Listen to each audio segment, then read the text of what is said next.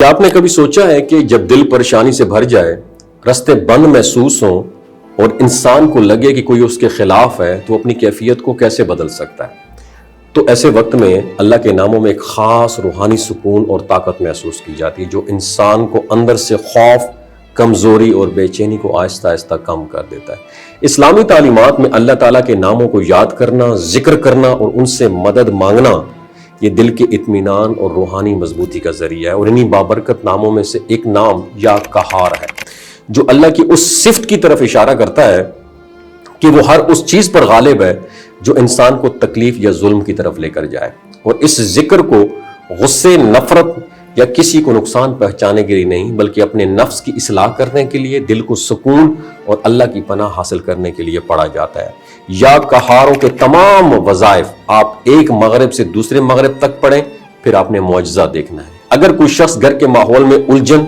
یا ناچاکی محسوس کرے تو اسے اللہ سے ہدایت اور بہتری کی دعا کرے، اور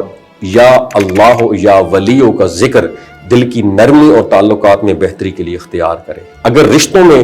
دوریاں اور غلط فہمیاں پڑ جائیں تو یا اللہ ہو یا قہار ہو یا وارث ہو جیسے اذکار یہ انسان کو یہ یاد دلاتے ہیں کہ اصل اتھارٹی اللہ کے پاس ہے اور وہی دلوں کو جوڑنے والا ہے۔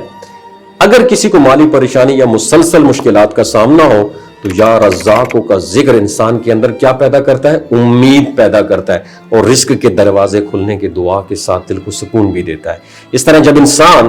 خود کو کمزور یا دباؤ میں محسوس کرتا ہے یا کرے تو پھر کیا کرے؟ یا قہار ہو یا کریم ہو، اس کا ورد اسے یہ احساس دلاتا ہے کہ اللہ کی رحمت اور قدرت دونوں ساتھ ساتھ ہیں۔ اور یہ بات یاد رکھنی چاہیے کہ ذکر کا اصل مقصد کسی دوسرے کے خلاف طاقت حاصل کرنا نہیں بلکہ اپنے اندر صبر، حوصلہ اور بہتری پیدا کرنا ہے۔ جب انسان اپنے دل کو اللہ کے ذکر سے جوڑ لیتا ہے تو اس کے خیالات بدلنے لگ جاتے ہیں، وہ زیادہ پرسکون، متوازن اور مثبت انداز میں زندگی کو دیکھنے لگ جاتا ہے۔ اصل روشنی اس وقت پیدا ہوتی ہے جب انسان اپنے دل کو حسد، غصے اور بدگمانی سے صاف کر کے اللہ پر بھروسہ کرتا ہے، پھر حالات خود بخود نہیں بلکہ حکمت اور بہتری کے ساتھ بدلنے لگتے ہیں، اور انسان کو یہ احساس ہوتا ہے کہ وہ اکیلا نہیں بلکہ ایک بہت بڑی رحمت اس کے ساتھ ہے۔ وما علینا الا البلاغ المبین،